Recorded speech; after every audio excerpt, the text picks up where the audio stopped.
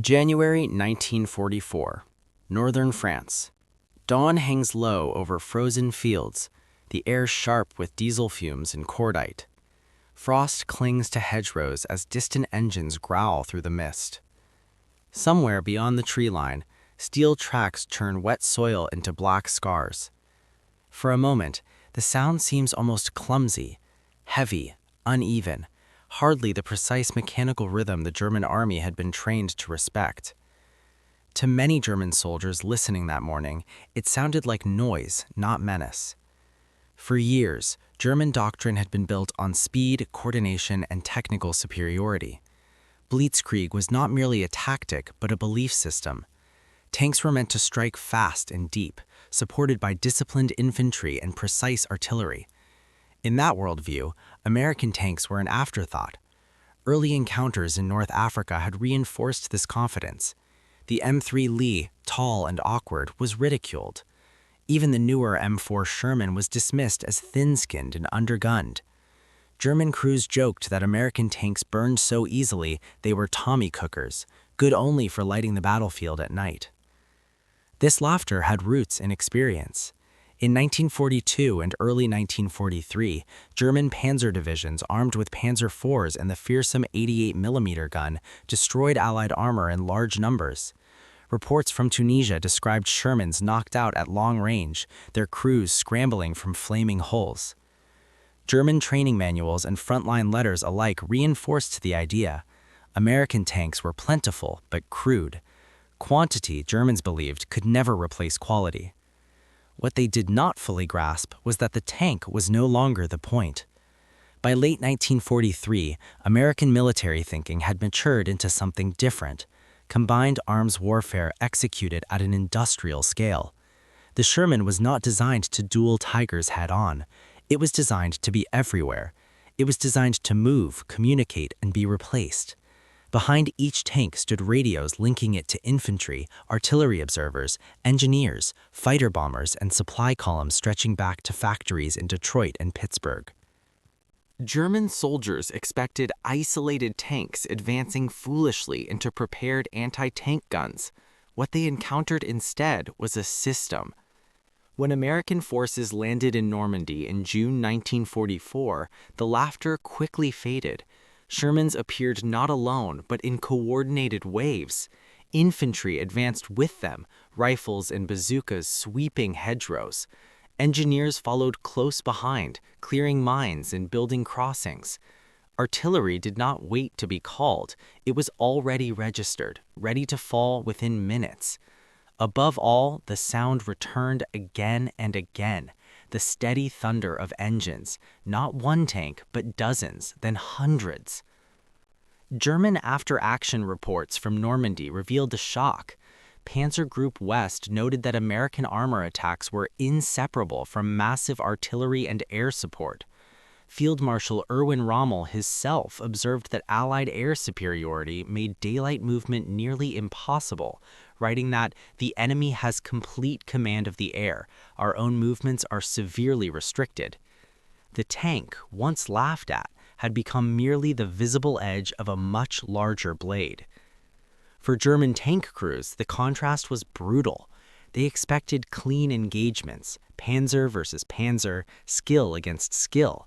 Instead, when a Sherman appeared, it was often a signal rather than a threat. Moments later came the whistle of incoming shells, then the roar of fighter bombers diving out of the sun. American P-47 Thunderbolts, armed with rockets and bombs, shredded supply lines and immobilized heavy German armor. Even a Tiger tank, nearly invulnerable from the front, was useless without fuel, ammunition, or the ability to maneuver. Historical data underscores this transformation. While German tanks often outgunned American ones individually, production told another story. By 1944, the United States was producing nearly 1,000 Shermans per month. Germany, under constant bombing and resource shortages, could not replace losses at anything close to that rate. A knocked-out Sherman might be replaced within days. A destroyed Panther might never be replaced at all. The recurring symbol of this shift was the Sherman's engine, its constant, relentless hum. To German ears, it became the sound of inevitability, not the terrifying shriek of a single superweapon, but the steady advance of an entire society mobilized for war. Letters from German soldiers speak of exhaustion more than fear. They describe fighting endless American materiel, an enemy that returned no matter how many vehicles were destroyed. This experience changed perceptions deeply. German soldiers began to realize that American strength lay not in individual brilliance, but in collective coordination. The ideology of technological elitism, of a few superior weapons dominating the battlefield, began to crumble. In its place came the grim understanding that democracy, when industrialized, could be overwhelming. Factories run by civilians, protected by oceans, were now shaping the front lines in Europe. The Sherman tank itself became a symbol of this philosophy. It was reliable, easy to repair, and standardized. Crews could be trained quickly. Parts were interchangeable. It embodied a system that valued continuity over perfection. German designs, by contrast, grew more complex and fragile as the war progressed, magnificent machines that demanded time and resources Germany no longer possessed. By the time Allied forces broke out of Normandy and raced across France, the laughter was gone. German defensive lines collapsed not because every tank was destroyed, but because the system supporting them could not keep pace. Fuel shortages, shattered communications, and constant air attack turned elite panzer divisions into scattered groups fighting for survival.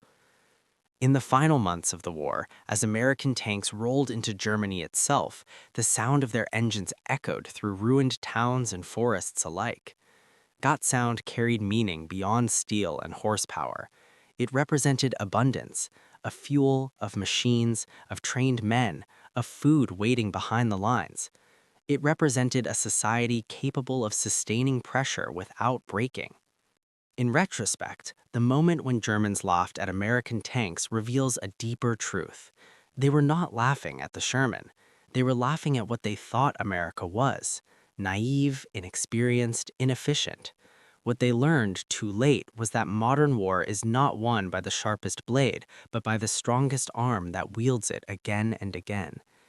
As the engines faded into the distance and the war moved eastward, the battlefield was left scarred and silent. But the lesson remained, written in burned-out hulls and abandoned guns. Freedom, when backed by industry, coordination, and shared purpose, does not need to be perfect. It only needs to keep moving forward.